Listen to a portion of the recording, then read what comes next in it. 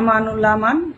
সে আমাকে জোরপূর্বকভাবে ধর্ষণ করে সেই ধর্ষণের ভিডিও এবং ছবি সে গোপনে এগুলা তার কাছে রেখে দেয়। আমার বাবা পৃথিবীর থেকে চলে গেছে। আমার মাকে বলছিল আমি শেষবারের মতন দেখবো, পরে ডাকবো। পরে আমি যাই, আমার বাবাকে আমি পাই নাই। কেন্দ্রীয় ছাত্র দলের সাংগঠনিক সম্পাদক আমানুল্লাহ আমান, তার বিরুদ্ধে আমি কালকে কোর্টে একটা মামলা করি, নারী ও শিশু নির্যাতন মামলা করি আমি। তো ও আমার সাথে যে অন্যায় করছে, আমি কোথাও বিচার পাইনি।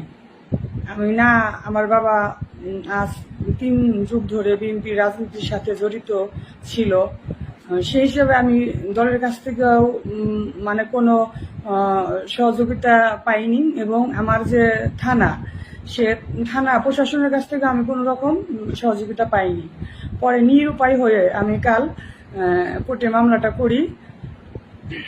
আর আমার বাবা 3 মাস হয়ে মারা গেছে। আমার বাবা মারা গেছে সেটাও ছাত্র দলের সাংগঠনিক সম্পাদক আমানুল্লাহ আমানের কারণে আমার বাবা মারা গেছে। সে আমাকে জোরপূর্বকভাবে ধর্ষণ করে সেই ধর্ষণের ভিডিও এবং ছবি আমানুল্লাহ আমান সে গোপনে এগুলা তার কাছে রেখে দেয় এবং আমার খালি গায়ে আমার কিছু ছবি তুলে।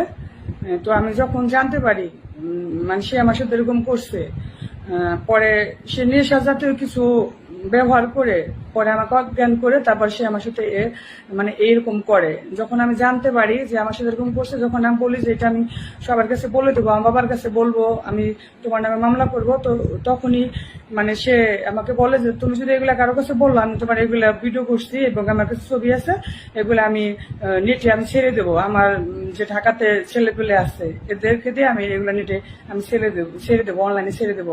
তো সেই ভয়ে আমি কোনো কিছু বলি নাই। তো যেদিন আমি এগুলা আমার বাবাকে বলি, তো কি করবো, আর নিরুপায় হয়ে যে যা হবার তা তো হয়ে গেছে।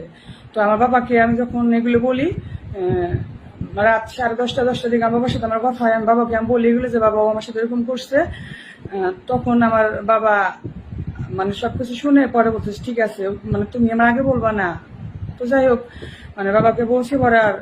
পরে 23 তারিখ রাতে বাবাকে বলি, 24 তারিখ ভোর 6টার দিকে আমার বাবা স্ট্রোক করে মারা যায়, ব্রেন স্ট্রোক করে মারা যায়, আমার বাবা হার্ট অ্যাটাক করে মারা যায়।